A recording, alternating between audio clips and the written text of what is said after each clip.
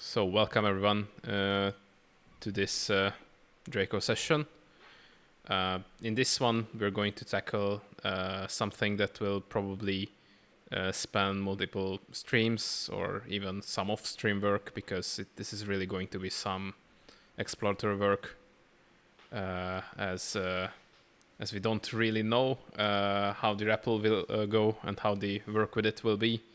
I'm honestly quite unsure about a few portions of the REPL, but I've got the basic idea, and I really wanted to start some work on it so people can pick up issues for that. For anyone who doesn't know what a REPL is or what we really want to achieve, I really suggest taking a look at the C# REPL, which is a wonderful .NET tool. If you're a regular C sharper, definitely install this. It's really valuable, at least in my experience. If I want to do something just once and I want to write it in C#, I generally just type it out in this REPL. You get autocomplete, you get some level of highlighting, so it's really amazing. But the basic premise is that you write in a line of code, and if it's an expression, it gets evaluated for you. If it's a statement, nothing happens, and if you make a mistake, you get an error, just like when you compile. But this is all interactive. You can define a variable, and then you can reference that same variable later. So you can use this as a really over-engineered calculator, but you can also do more advanced stuff like writing to files. If I have some file processing to do, I do that a lot here. And it also supports everything that C# does. This is literally just using the scripting API as far as I know. So you have link as well. And this implementation of a REPL is really nice because it has autocomplete and highlighting as well, as you can see. And also generally just really nice printed values as well to observe them. Now, many of the things that you can see here will probably not be tackled today, because building out the console interface is not really the priority at first. Eventually we might want to tackle syntax highlighting and autocomplete as well. As far as I know, C# REPL offers an extracted out library that allows you to do this in at least a simpler way. Offers navigation as well, so we'll probably take a look at that.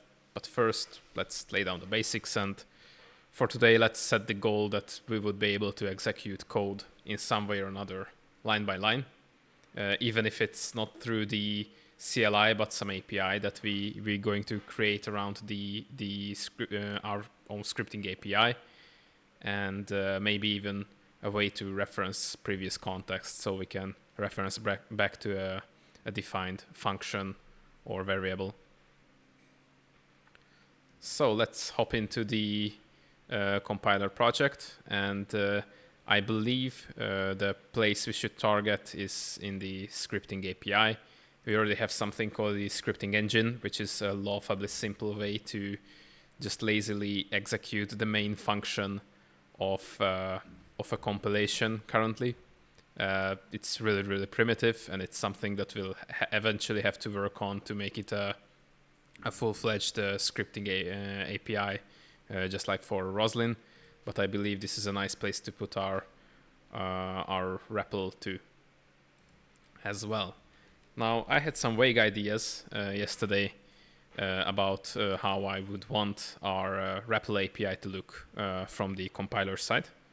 And let me try to demonstrate that here with some pseudo C# code.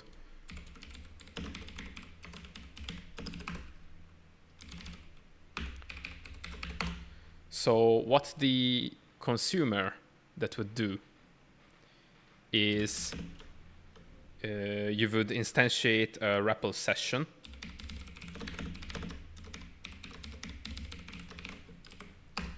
And what you would do is feed in some kind of syntax tree or even syntax nodes, because this might not be a complete tree, piece by piece. And you would get back some result or nothing if the thing evaluates to nothing, because for example you executed a statement. So I imagine what the consumer or the CLI in this case would do is write an infinite loop, and we would get a tree somehow, which would likely be a helper in the parser. We don't expose the parser yet, but in the future we might expose a few ways to parse out these syntax fragments just for the REPL, just an easy way to grab out fragments instead of a whole compilation unit. Well, this might not be the worst API that Copilot suggested, but I don't want to plant any seeds prematurely here. We'll get a syntax tree somehow. We feed that to the session. And we get some result. And we need to print the result. The REPL session itself would carry on the contexts. It would manage that all for you. So hopefully you don't have to do that yourself.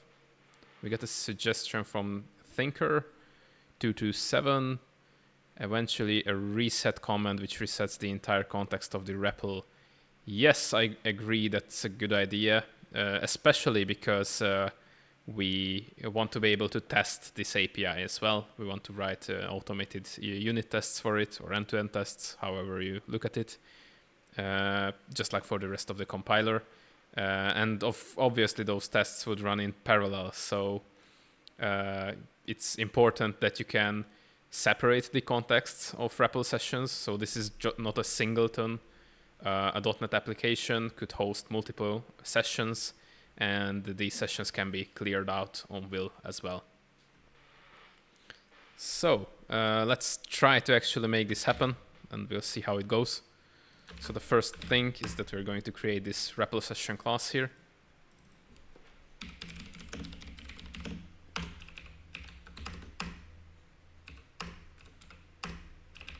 I'll try to not bog down too much on API documentation. I tend to API doc a lot, especially everything that's public in the compiler package, but I'll spare you guys from this until the end of the stream. I'll do that offline. Now let's think about what we need to actually store here. We probably want to have a load context for the assemblies, because the compiler cannot even compile an empty application unless we have all the metadata references to things like system.object, int32, and so on. So we need an assembly load context. Now, it makes sense to take it in as an external parameter, but it also makes sense for now, until we work out the entire API, to just copy the load context of the host application, which means that we basically inherit everything that the host application references. And it would also make sense to just say we only get access to the BCL for now, and add a way to eventually add more metadata refs. Let's just not care about that yet. But we definitely need a load context.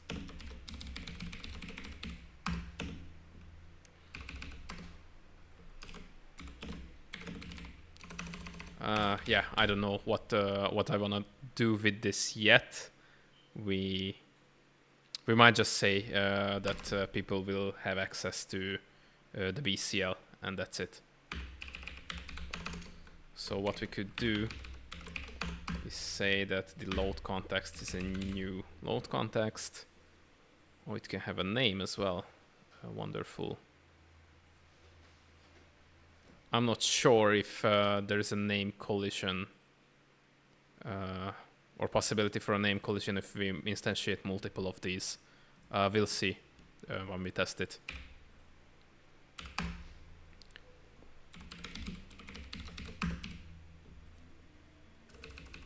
And I believe we want to be able to load the BCL assembly, basically.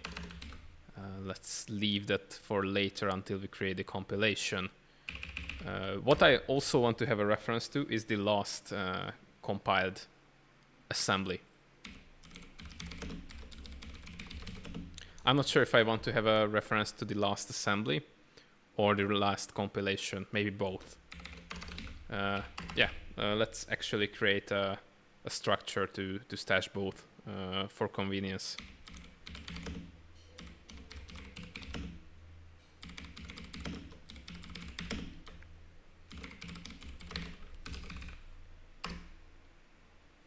So we're going to stash the compilation,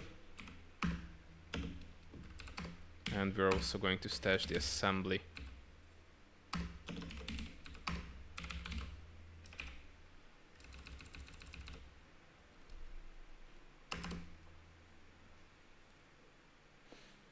And next, we could probably, let's actually try to implement the API and see what we're missing. That's simpler than trying to guess what we're missing. So we're going to have a public, well, let's call it object for now. Actually, no, we probably want some result type to return errors in case we have any. So let's define some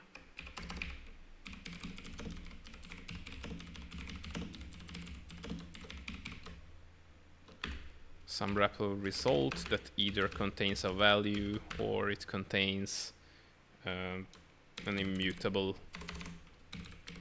array of diagnostic messages. And maybe a boolean if it was successful or not. Because the diagnostics might contain warnings as well.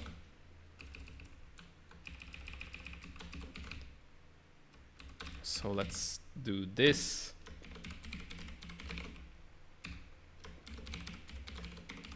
And for now, we're just going to submit syntax nodes, which is not a complete syntax tree. That's really important because a syntax tree is basically a whole compilation unit with possible module declarations, directives, and of course a main function. You cannot just have an expression like we did in C# REPL here. That would not be possible.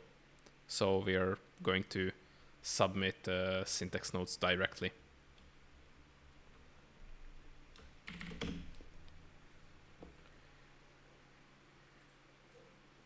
So what we need to do is basically find out what we want to do with the syntax nodes. And if I count correctly, there are basically 3 cases. In case it's an expression, we want to evaluate it.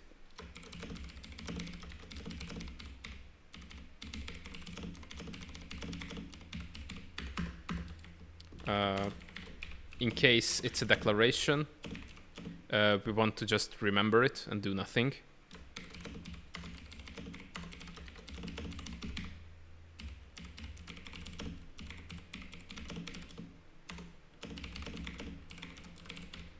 And if it's a statement, we want to compile and execute it. So how we're going to do that, I am not sure.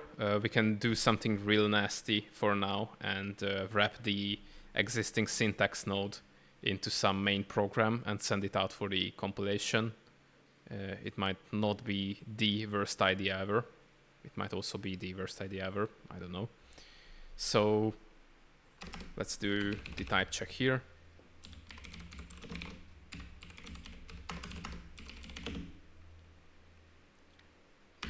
So for an expression, we can just call evaluate expression. That's fine.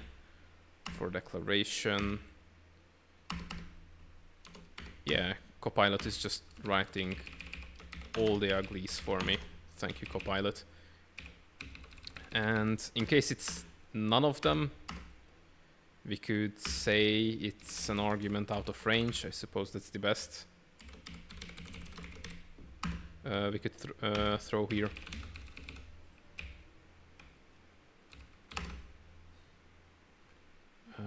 I don't think this is... Oh yeah, this is correct, because we return a REPL result in all cases. But I might not just want to do this yet, because I might want to return the compilation itself from this one.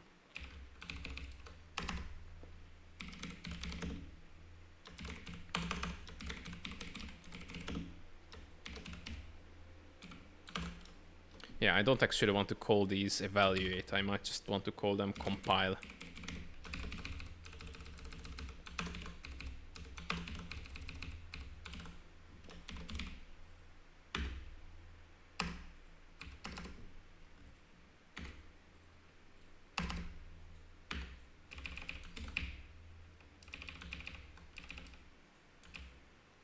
And we don't want to return these, but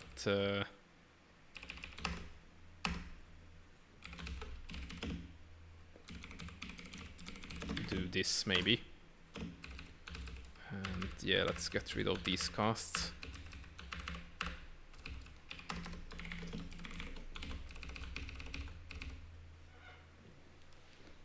And for now, what we're going to do with the compile expression is we're going to wrap it in a method that basically just returns the value. So we're going to do something really ugly and say that func get value, or even some name that cannot be spoken by any language. So for example, dot get value that returns an object is expression. For declaration, we can just literally compile that and not care about it. And for statements, we can just do something like func.execute void equals statement. Yeah, but we don't need to type out void. We could type out unit, but no need.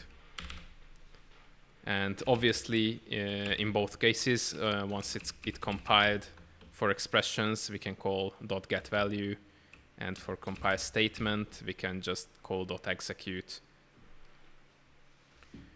Even for statements, I'm not sure we want to return anything for statements. So I was wondering if we want to differentiate it too and call them both execute or both get value to have less cases here, but no. Let's just do it like this and see how it goes. Fortunately, for creating syntax trees, we have an API. Relatively simple one that we use for tests as well, where we don't want to invoke the parser. So I'm just going to import all the factory methods.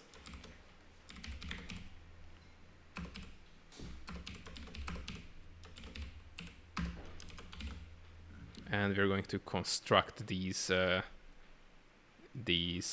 syntax trees.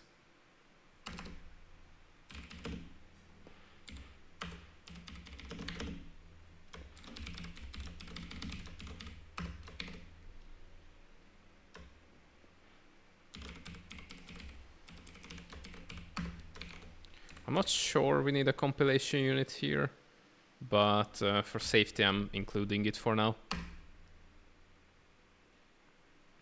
I believe we do, otherwise binding will fail miserably. So within the compilation unit, we want a function declaration. And its name is going to be .getValue. We don't need any parameters. So we can leave that empty. Return type is gonna be object, so that's gonna be a name type.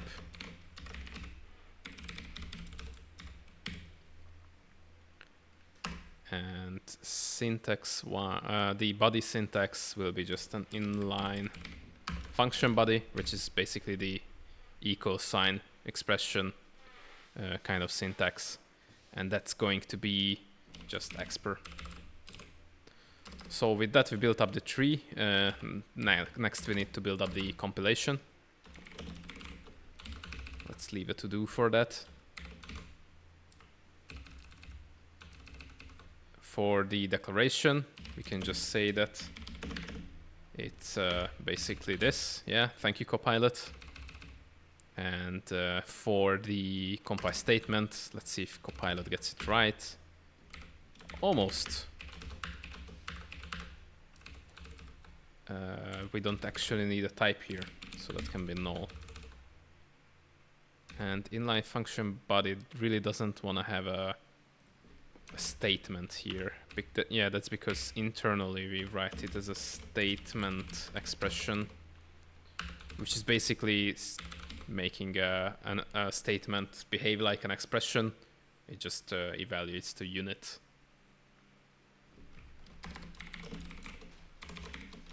And now we're going to need to make all these into a compilation. So let's write a utility method for that.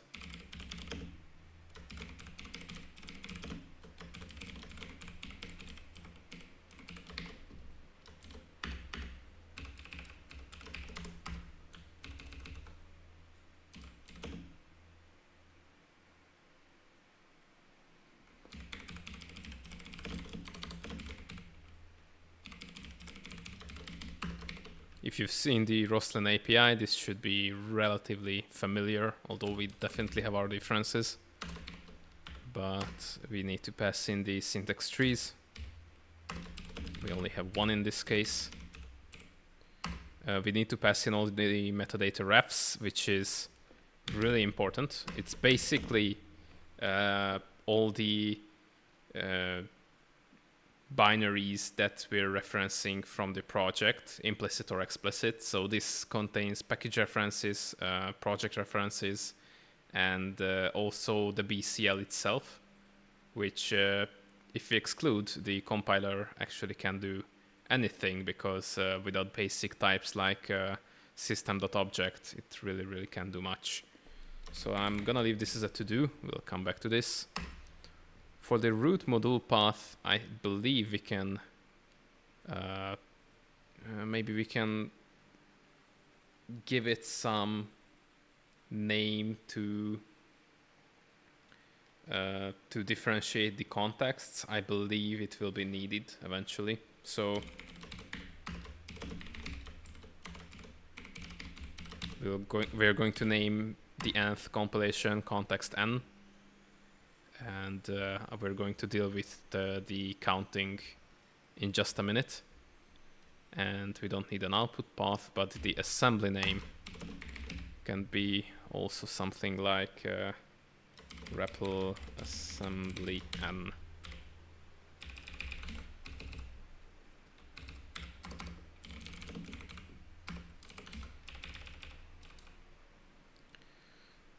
So, about metadata references, I believe we want to do two different things, depending if this is the first or some nth input to the REPL. On the first one, we obviously need to reference everything that that basically we want to provide in the REPL as a context. So at least something like system.runtime. But for any future compilation, I believe we can just reference the previous compilation or the result of the previous compilation. This is because I don't think that it's a private asset, the BCL. So I believe that it should just transitively be able to reference it, basically. We'll see if it's this. If it crashes and it won't find the BCL stuff, we're just going to include everything all the time. Let's see how we're going to implement that logic. Yeah, I forgot to define the previous context here.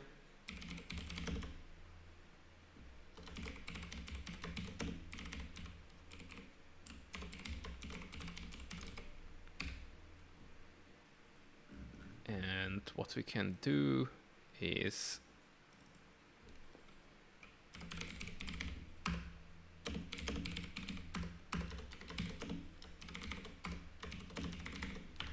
we can do two different things based on if this is null or not. If it's null, we're starting a fresh session basically. So we could do something like metadata reference dot from assembly. We'll see what from assembly does here. Type of not type of. Wait, I think we can do that. Object dot assembly. We'll see if this works. I'm not 100% sure. And if it's not null, we can do something like metadata reference dot. Actually, we're going to have a stream for the portable executable. I know that because that's what we're going to compile into. So it might be efficient to not just include these, but the stream itself.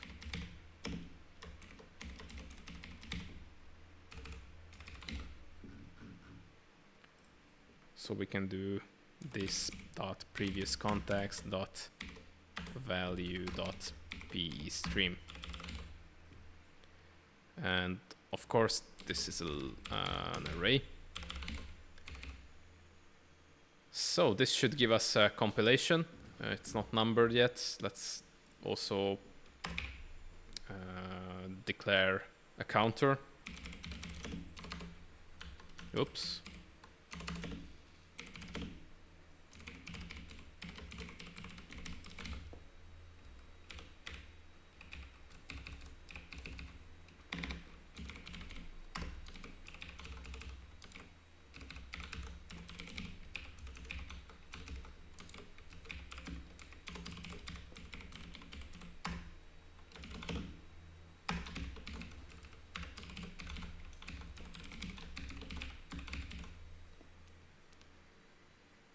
We'll see if this suffices.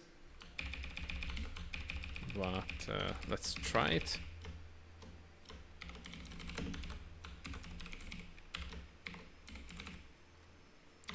We have 3 here already.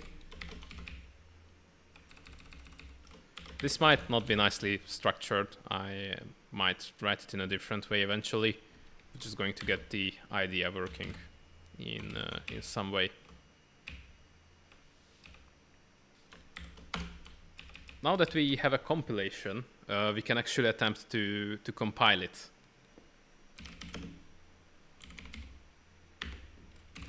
And the compilation.emit takes a bunch of streams depending on what you want to basically emit.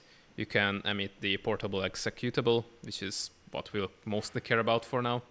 You can also emit a PDB, which is for debug information. If you want the debugger to work, you want a PDB file. And we also provide a bunch of options to emit stuff about the intermediate representations, like the declaration tree, the symbol tree, or the intermediate code itself. For now, we're just going to do the P, as that's what we care about.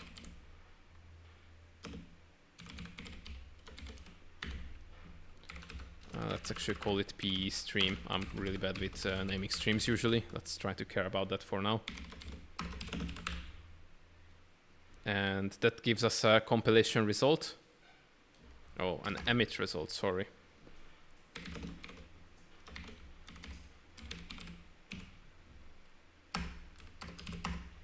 And if it's not successful, then we just simply return a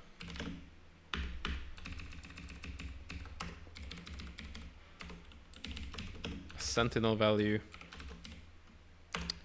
What did I call this? Oh, it's capital, of course. Is it value? It's value. And diagnostics.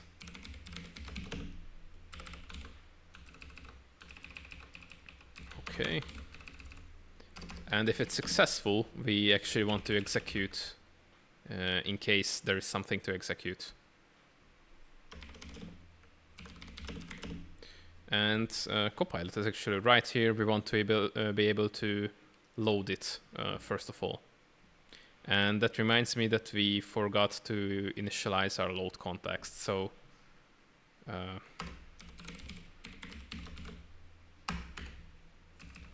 just going to do an on-resolving implementation here. It's not going to be anything to write home about.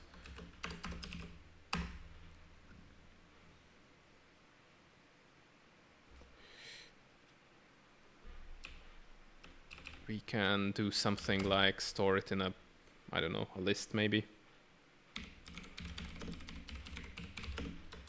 Even a dictionary for now should be fine. For all the loaded assemblies.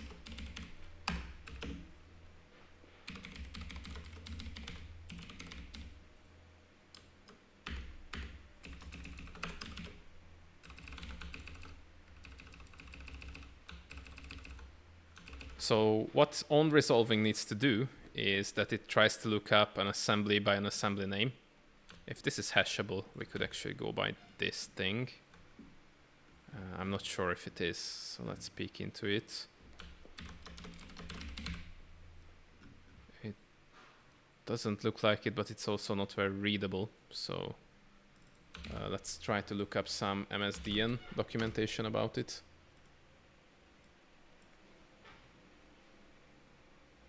It's clonable, serializable, and all that stuff, but it's apparently not equatable. That's quite sad, so we're just going to stick with the original plan and include discard versioning information for now. So what on-resolving needs to do is look if the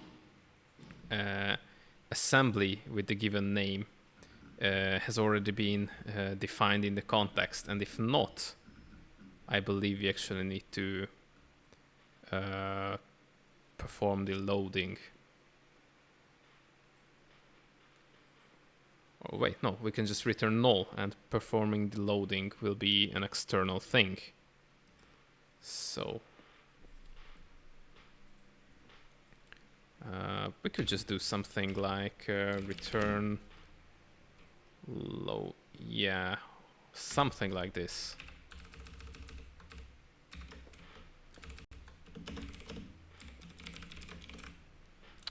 Yeah, let's not do this dirty hack.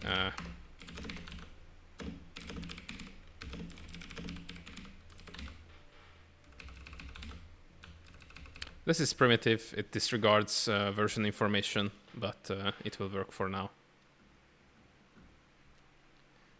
So what we need to do now that we compile the code and it was successful, we need to actually load the assembly.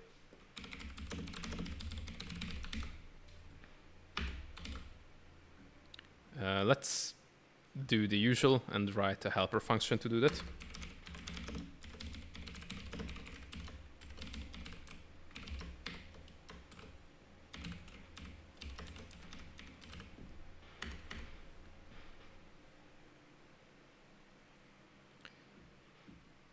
Yes, we do want to rewind the memory stream. Actually, let's we'll need to write a utility function to retrieve that from for here, because if it's not rewinded to position 0, we might have problems. So we're going to store this as a memory stream. Let's see if this is actually correct.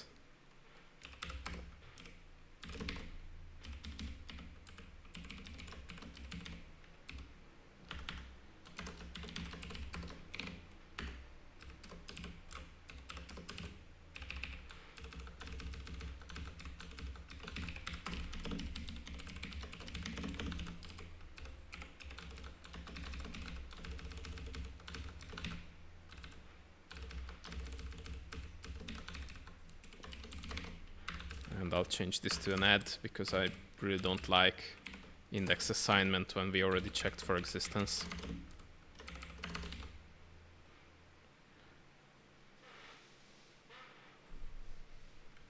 Well, here it should not actually reload an existing assembly, so this should be implicitly checked. We'll see. If we crash here, we'll change it. Okay. I believe loading assembly with this is done. So let's actually try to load the assembly, which is just this with the helper method.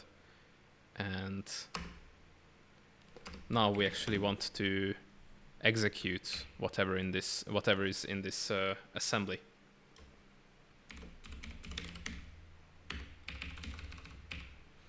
Which will require some reflection from us, because this is a regular assembly, just like in every .NET reflection code. So we need to dig into the main modules class and look up the declared get value or execute method that we declared. So that reminds me that we probably want to be able to keep around the module's name for that given context. So we could do something like string module or something like main module name.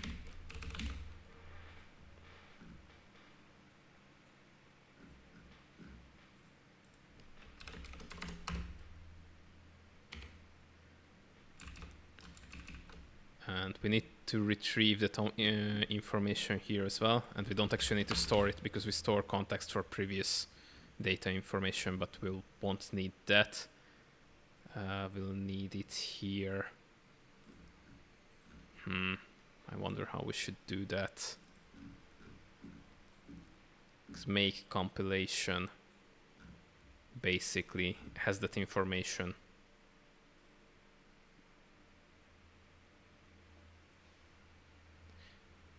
Maybe we should return something like a compilation and a context name, but that is really dirty. Let's do that for now.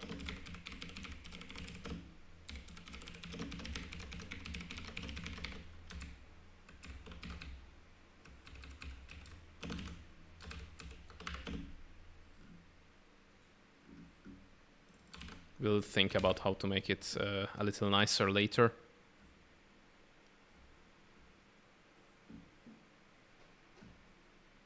And what this will do is that we actually need to stash the module name.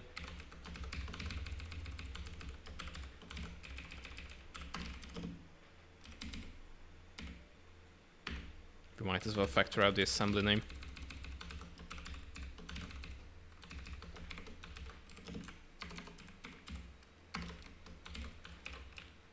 And now at usage side, we need to pipe these all up here as well.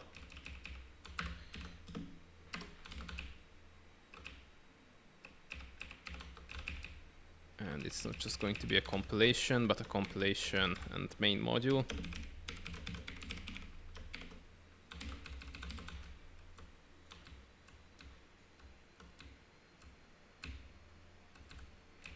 Let's call it main module name, because we already have a main module.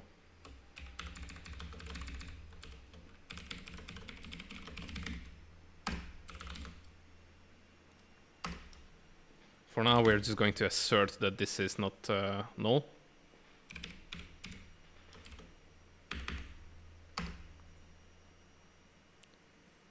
And we're going to look for either an execute or a get value function. Let's try with the get value first.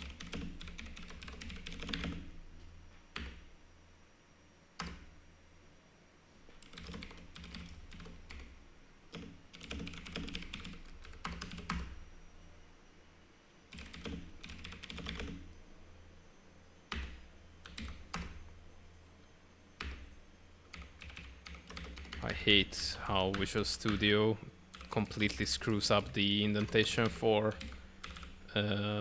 Copilot suggestions sometimes, but I couldn't solve that issue.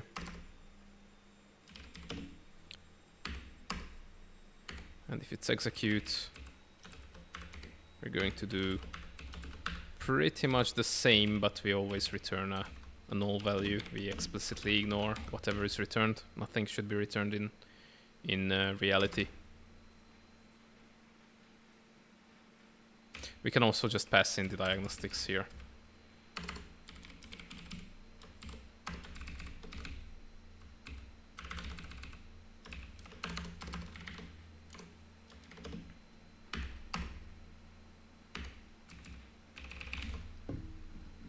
So, this should conclude the basic API, actually.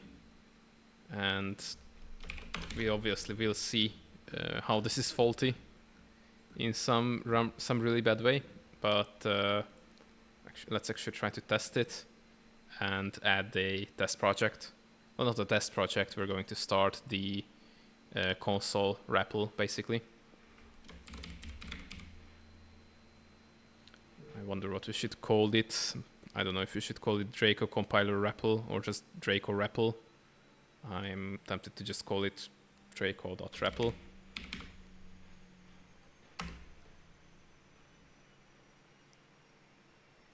This is fine.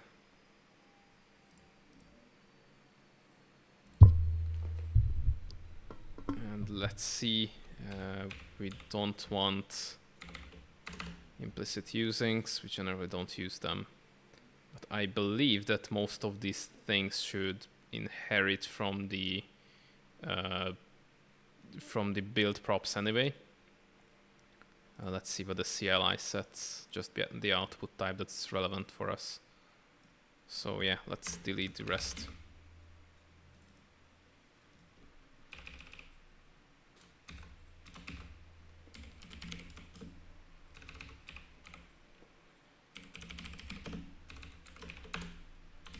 Let's actually add a reference to the compiler project.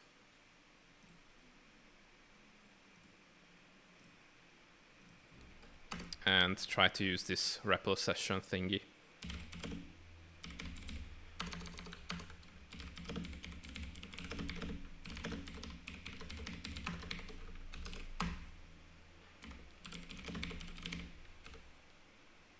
For now, we're not going to write an infinite loop. We're just going to submit one thing and see what it becomes.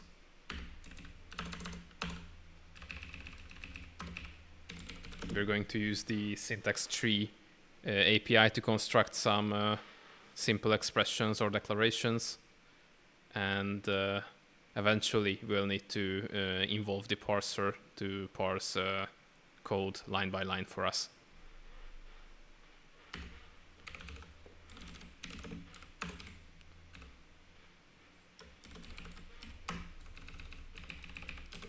So let's try to evaluate something really simple. Like a binary expression of adding 1 and 1. Or 1 and 2 to make it just a little more interesting. I believe we have a plus symbol, yes.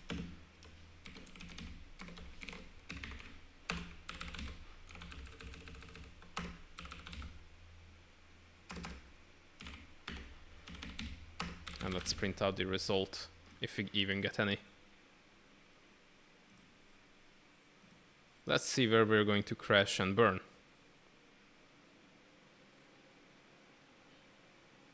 Okay.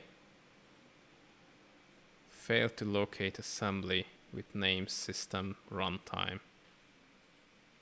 Okay. Because it's not in the load context, I believe. Yeah, we need to add that. We need to add that. So wait, no, this came from well-known types, which means that our metadata is not enough apparently. So what if we say that our load context is basically the load context of the current application, so we inherit the load context of the host. We can try to do that.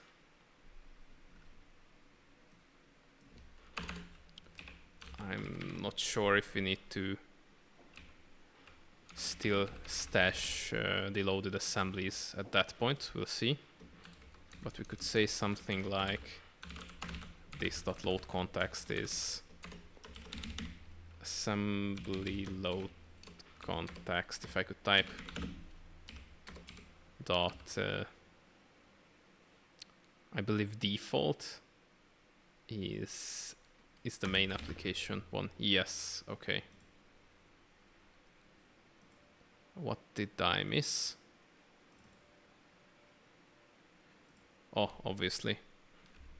We cannot do that anymore. Or we don't need to do that anymore.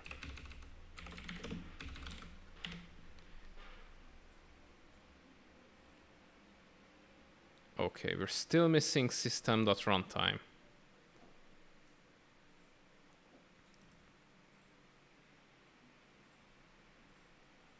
That's quite sad.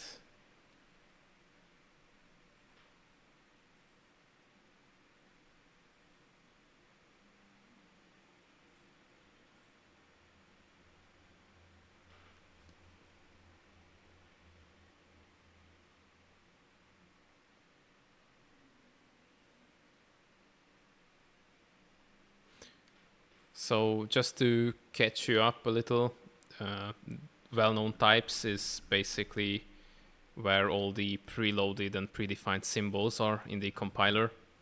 And we basically try to retrieve system.runtime, which is the BCL essentially. And we're failing to do so currently. Now that's no biggie, we can hack around it, but I really didn't wanna.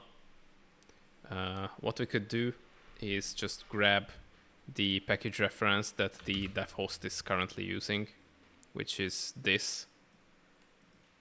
It's generally something we don't really want to use in the compiler because it's, well, it just ships all the metadata references in a consumable format for applications that are lazy to find out where their metadata references come from, which is fine for this session. We'll find out how to make this more proper later, but for now we just want the BCL refs there to be able to test the rest of the code. So what we can do is that if the previous context is null, then we're going to just reference everything that the library is telling us to reference for .NET 8. I never remember how this library is structured, so I'm going to peek into the dev host to see how the references are handled there.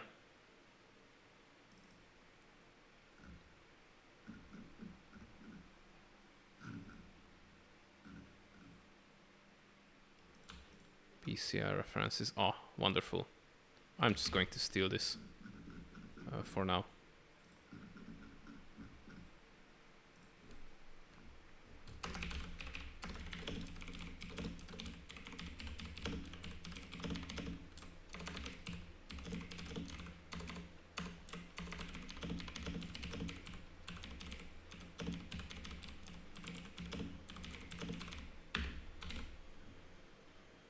With that, I believe we're just going to return to our old ways for simplicity.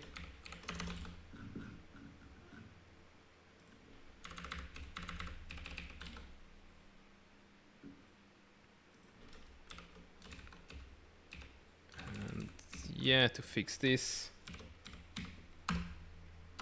we either do this or this is an enumerable. We need a what it's called, an immutable array. Otherwise we can do this.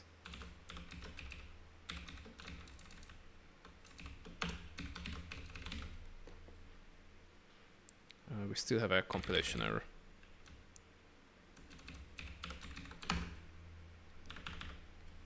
Why can you not find that? Because I need to use using static this. Oh, and it still cannot find this. I wonder why. Oh, because I'm in the wrong project.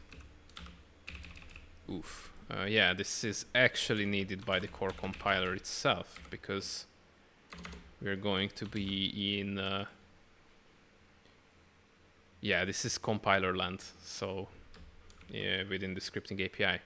And I really don't want to include that this library in the compiler again, because we worked really hard on tearing it out.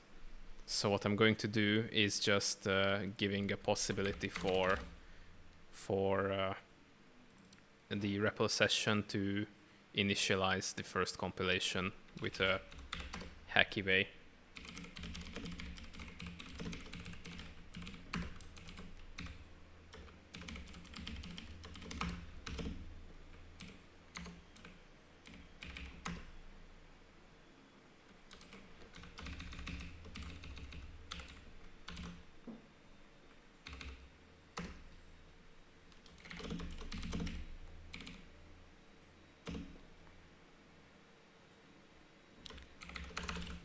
Yeah, we're not going to add it to the load context yet.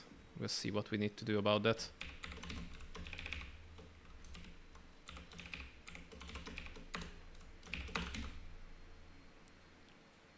Okay, and in the program, we can do something like this.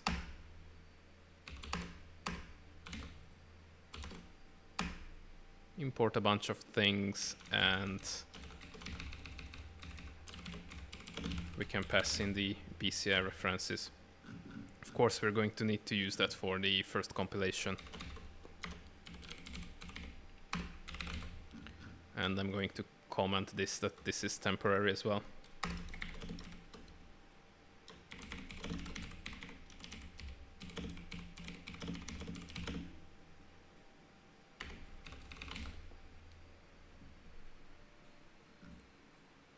Let's see where we're crashing now.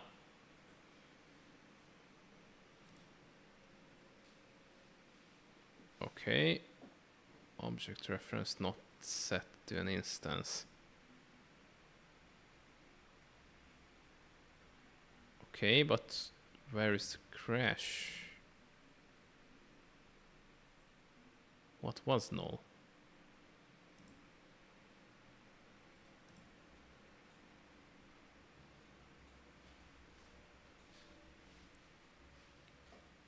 Length of something. Oh, it was an immutable array.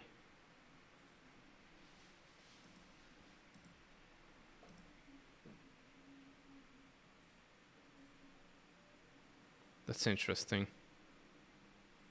Oh, this is an uninitialized. Okay, that explains it. Oh yeah, because I didn't stash it.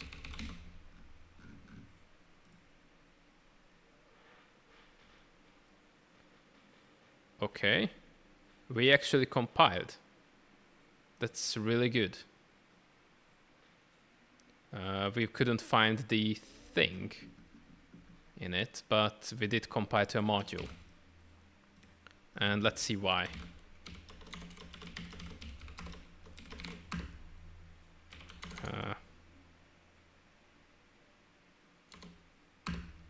Let's see what the main module consists of. Main module that get methods, members. Oh, I bet I know what the problem is. I think it's because it's not public. Yeah, I believe that we didn't make it public, so it won't be able to locate it. Now, we could... I'm not sure if the factories are actually ready for... Oh yeah, they are. Wonderful. They're ready for visibility.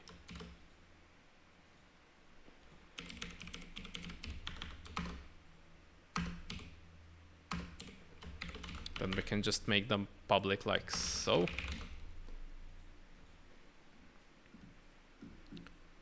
Let's see.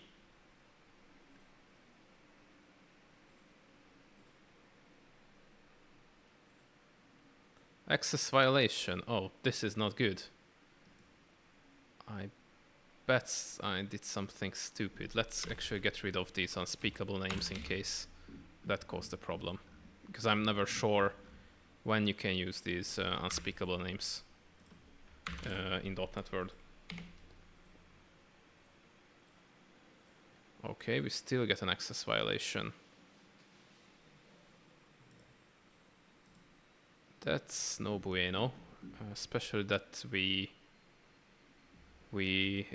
successfully compiled, but yeah, we broke .NET. I'm 90% sure that again the problem is that we forget something in the compiler, like boxing when we return or something. So just as a test, I'm going to replace this with an int32 in case we're missing boxing. If not, then I'm going to have to dump the thing. Oh, fortunately not. So yeah, it was just a boxing issue. We forgot boxing on returning, which is fine. We can implement that really soon. And it seems like we got the correct value, which is nice. In the future, if Draco has top-level statements, the REPL ideally can use it. Yes, it would definitely simplify our case with the parser, but as you can see, we'll need to be still able to breach stuff like making stuff public implicitly somehow. And expressions won't be handled either. That's something that will need to get explicit handling, as I believe top-level expressions don't make a lot of sense.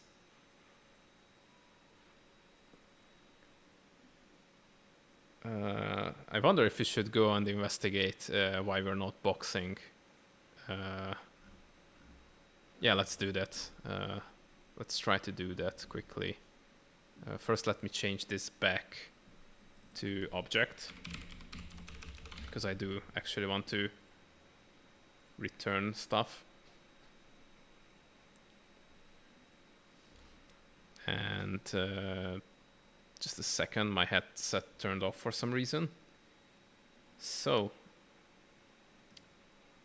for the IL code gen, we're going to go into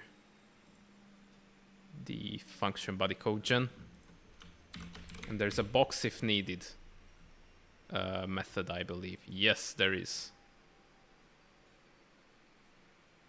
Okay, so source is wrapped into the target type in case we need to box. Oh, and it also does unboxing, which was never implemented. Wonderful. We will need to just box, so that's fine. So let's see return. Oh, that's going to be a problem here. Is it going to be visit return expression? Yes. And ret is just the operand itself, but we want to wrap the operand if it's needed, and we need to, well, let's do it like so.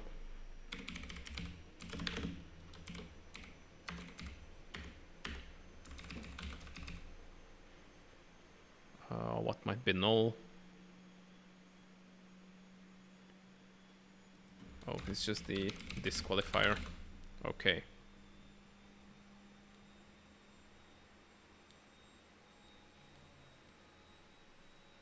Let's hope this actually solves it. If it does, it's wonderful. Awesome. So, let's actually double check that I didn't revert to an int32. No, this is object. Okay, we actually fixed a code gen bug as well. Nice side effect of working on the REPL. And let's see if we can get back these unspeakable names as well, because now I'm interested if it's possible.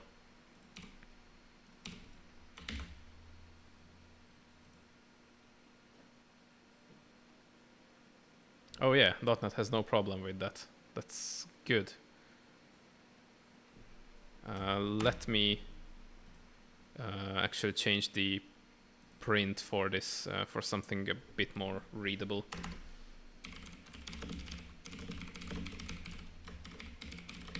because the default formatting is awful for records as well.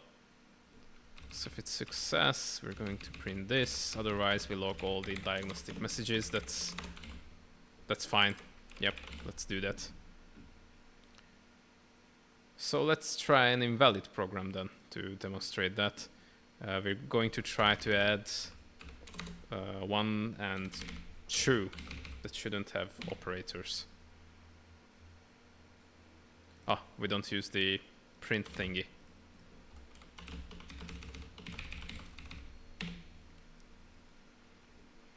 Okay, no op addition defined for them, that's correct. 1 and 2 still works, and we just print 3 without all the garbage around it, also good. So let's try to evaluate something else, like a statement. Let's actually try to call hello world, do a hello world program here. So what we're going to do is write an expression statement, which is going to be a call expression out to I wanted to see the overloads of this name expression. This might look really cumbersome to do by hand, and it sort of is, but I'm planning on a quarter tool similar to Roslyn to assemble these trees. Also, for the REPL CLI, you won't need to do this. This is really just to test the API itself before we build a tool around it. So we're going to call, actually we need to do a path expression. Or was it a member expression? Yes.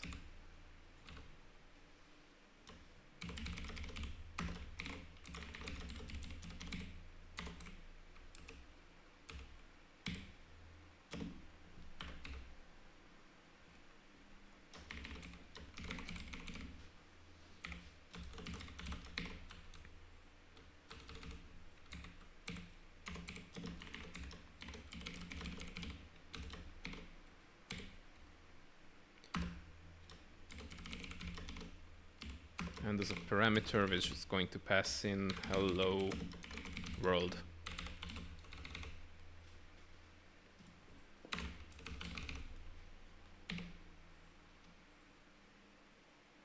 Okay, that's nice. We could actually execute 2 things, one after the other. Now,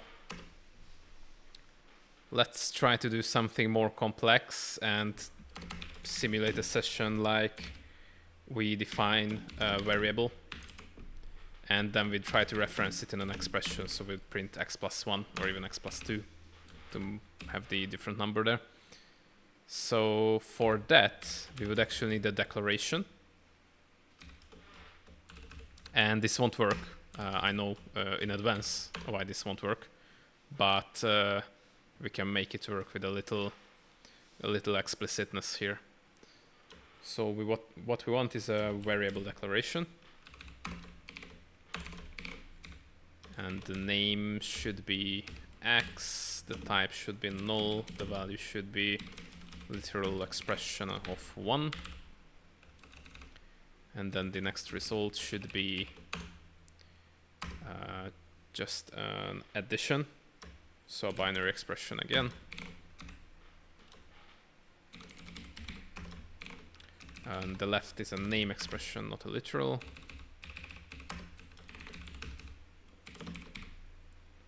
The operator is plus, and the right hand side is a literal expression with value 2. So this won't work, and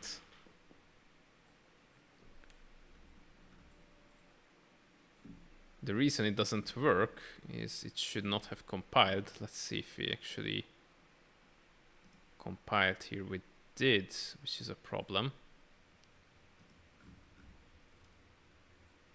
Oh wait, but we failed with the second thing. Oh, okay, yeah. Okay.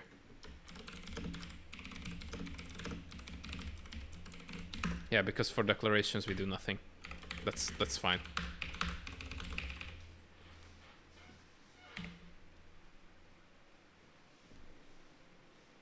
Okay, so there's an undefined reference to X. Why is that? Because we're currently compiling two completely different programs. One which has this declaration, and one which has this X plus 2 here. And they're not related at all. Well, we do include the previous compilation as a reference. We do not resolve the names implicitly. So we do not say, hey, this X should actually resolve to the previous context's name. But what we can do is actually do something like the previous module's name here, dot X, which would actually try to resolve the referenced assemblies thing here. So let's try to do this. So this should actually be a member expression. And here it's X, and the previous module, I believe, will be called, let's see how we called them, context. So context counter is 0 by default, so this should be context 0.x. Undefined reference to context 0.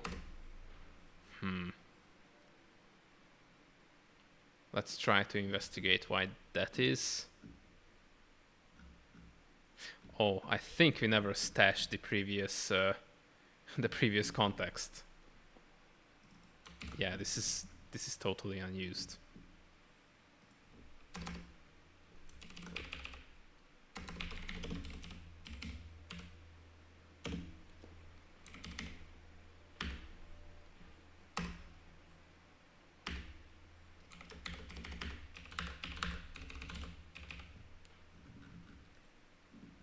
Do we reference that P stream in the end? I wonder. Oh yeah, we totally did. Okay. So, but let's rewind this P stream here again.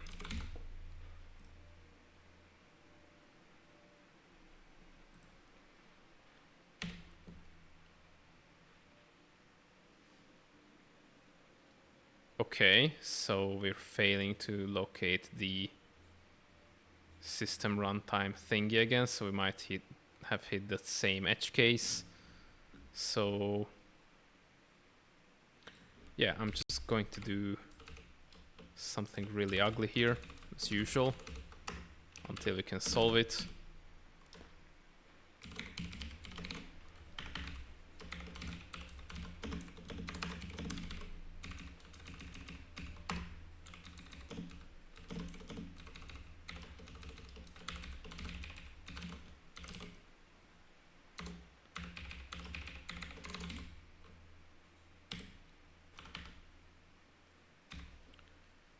Why do you not like this? I suppose because there's no target type for this.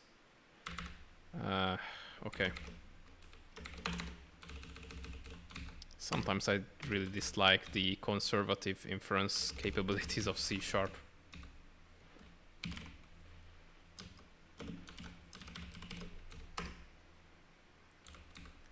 And now what's your problem? Oh, wait, no, it might have actually worked. I'll take back everything C# if this works. I promise. It might be that this is just not a immutable array. Yep, I take it back. This was on me. Let's see. Undefined reference to context 0, but we should have gained the previous context here. Let's try to debug it. So first time should be fine. And the first module name should be context 0, that's correct. Second time, let's see if previous context is null. It's not. Good.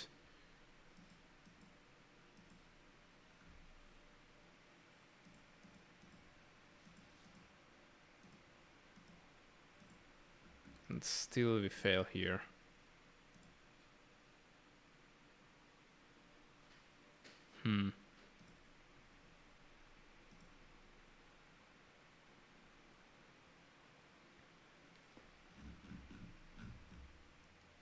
Do we handle our load context correctly?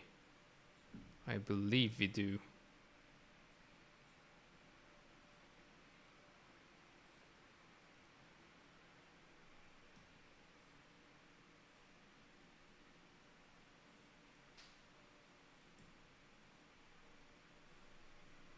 Oh, but we never do the resolving again. We forgot that.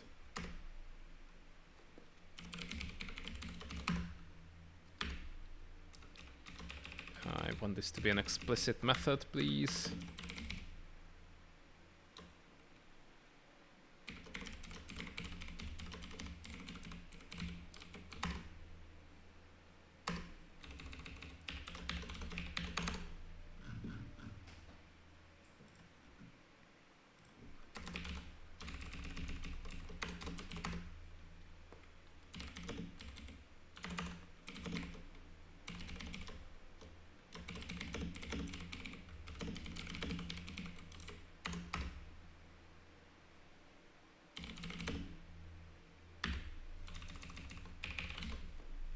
Yeah, I know this isn't correct by a long mile, but it will be fine for now, at least. Let's see. Still undefined reference. Is this actually being called? No, it's not. We definitely register it. And we should be using the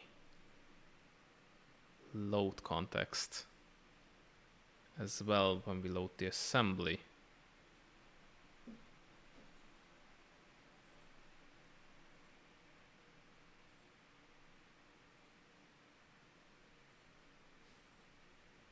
Let's see if the assembly has a name. Otherwise we don't add it here. It does have a name, so that should be added.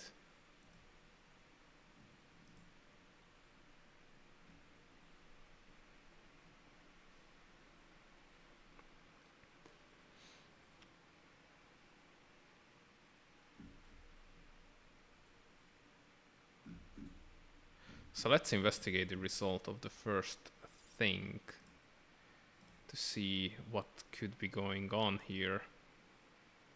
So we have the main module here. Can I ask if it's public? It's not public. That might be a problem, actually.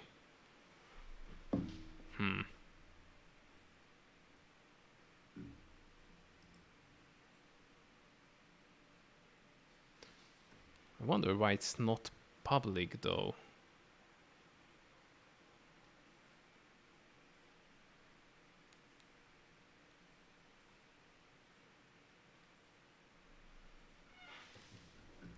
Because as far as I know, our root modules should always be public, but if they aren't, that's not really nice.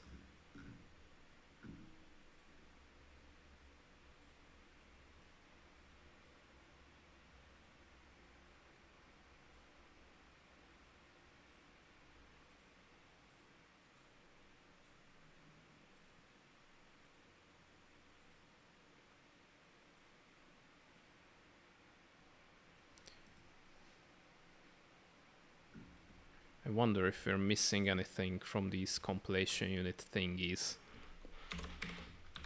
Let's see the overloads. No, there's nothing here. Yeah, because that should be implicit.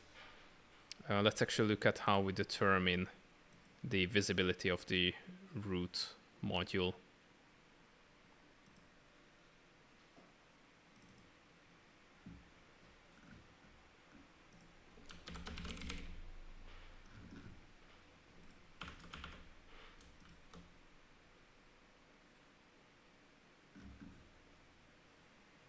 If there's any public member, it's going to be public.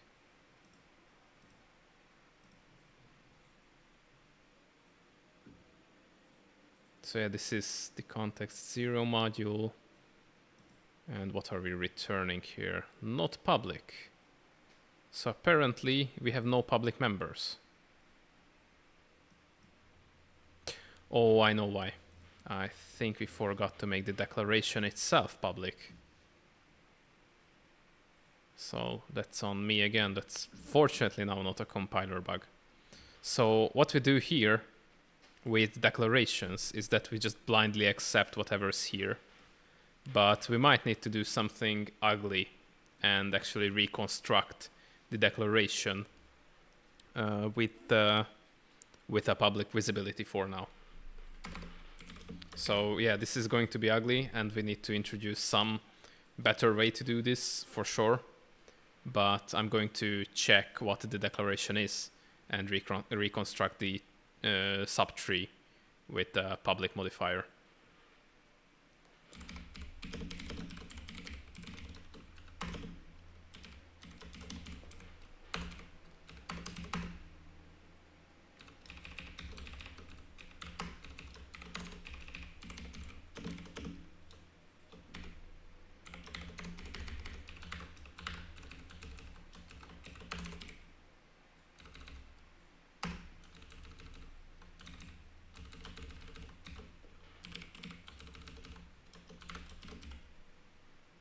Oh, this is just bull crap here.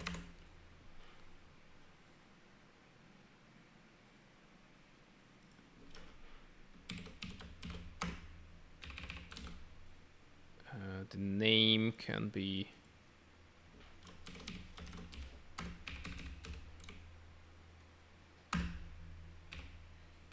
it's all a little verbose here.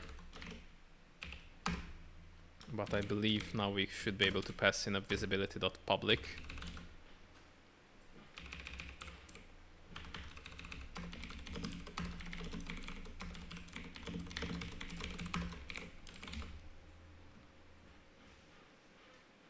Let's see now. Value cannot be null. Oh yeah, this is some kind of syntax check that we do. Oh, yeah, because it's not value text, it's just text for identifiers.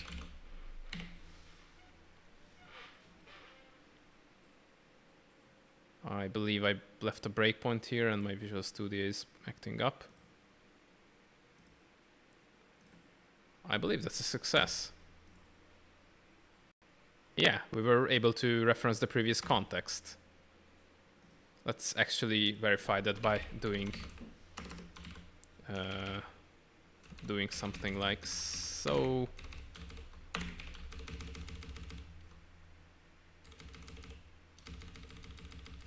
Actually, let's do something like calling system.random.next and see if the actual value is kept between compilations, because that's basically the most important part of a REPL, that it actually holds the context. It's not just replicating it each time, but it's actually the same thing, basically keeping referential equality and everything.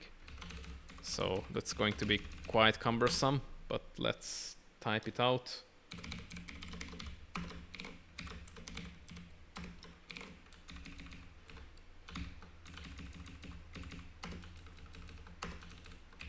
So just to reiterate, we're going to do system.random.shared.next, and then we're just going to request that twice to make sure that it's the same value.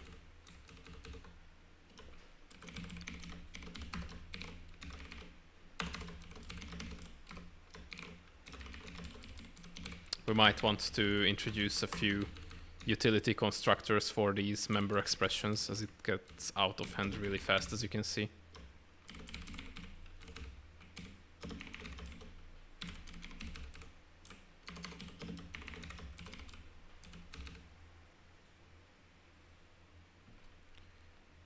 And this needs to be wrapped in a call expression.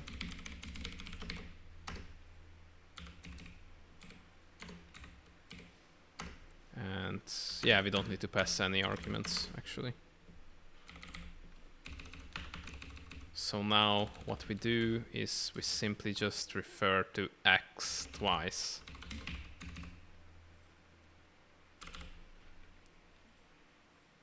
Let's see if I managed to type that out correctly. No, apparently not. Are we missing a closing parentheses? Yes, we are. Undefined reference to context 0. I believe that's from the second thingy.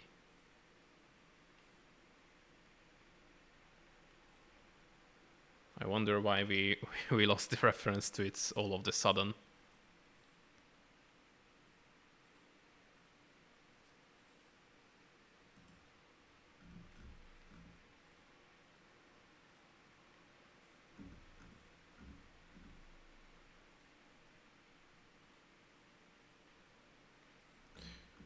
I think I know. It's because we always look up the singular reference. The singular.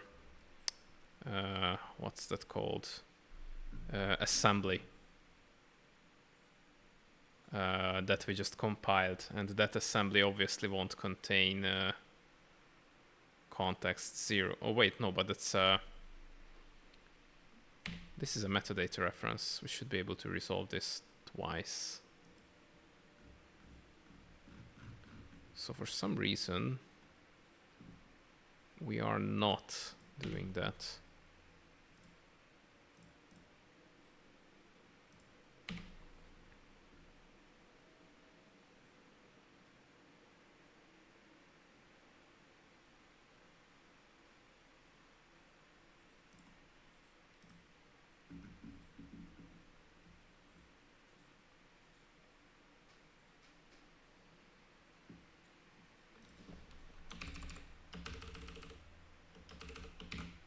Just to be extra careful, we're going to do something like so.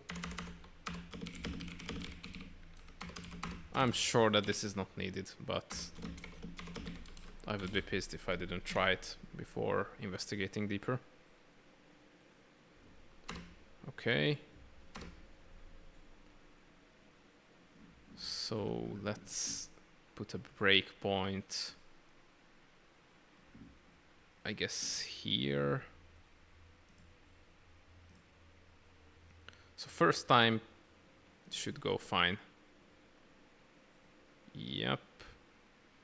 And the module is context 0. Yes, context 1 should compile fine as well. And now the next compilation will fail for some reason.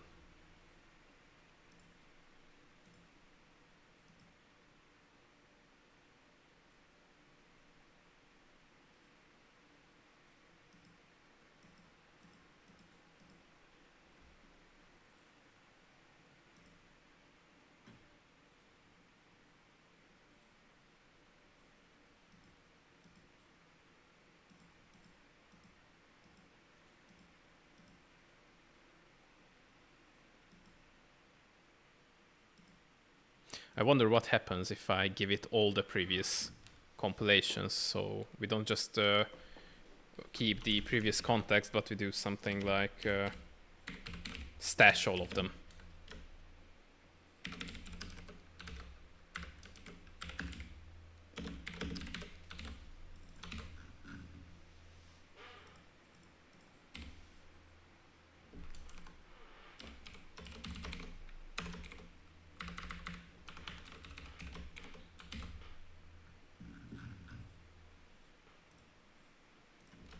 I'm just going to remove this, and we can actually simplify this by a lot.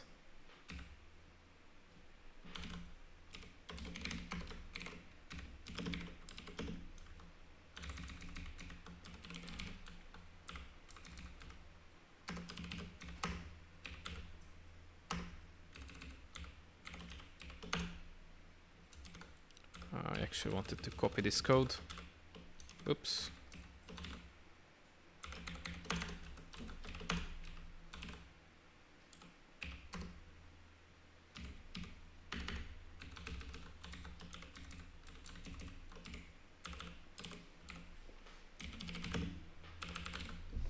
This is hacky, but I don't care. Let's just get it working. Okay, that way it is no problem. So apparently whatever this is, it's not transitive. Yeah, which sort of makes sense because the compiler only reads up metadata refs that we pass in directly. So I suppose that transitive dependency resolution happens on MS build level. So yeah, that makes sense. But the more important thing is that you can see that the random number that we assigned once is kept through both contexts. So the value doesn't change, which means we can carry over object instances, lists, and everything without needing to recreate them, and side effects won't need to get executed twice. This has already been quite a lengthy session, so I believe that we can stop here. I know this is not a lot, but we technically got something working. So I'll clean this up a little and refactor off stream, and won't try to do much in terms of functionality, just making the code nicer so we can pick up where we left off now. Are there any questions? I'll wait a few minutes if there are any popping up before we end the stream, of course.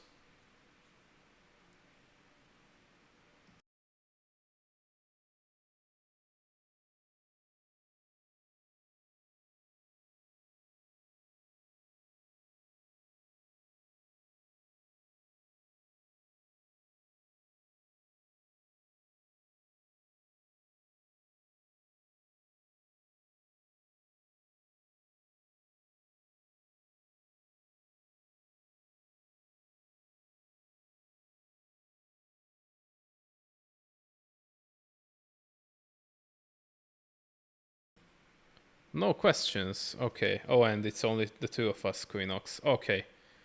Well then, thank you, Quinox, for joining in as always, and take care. The recording will be available soon on YouTube as always. Bye.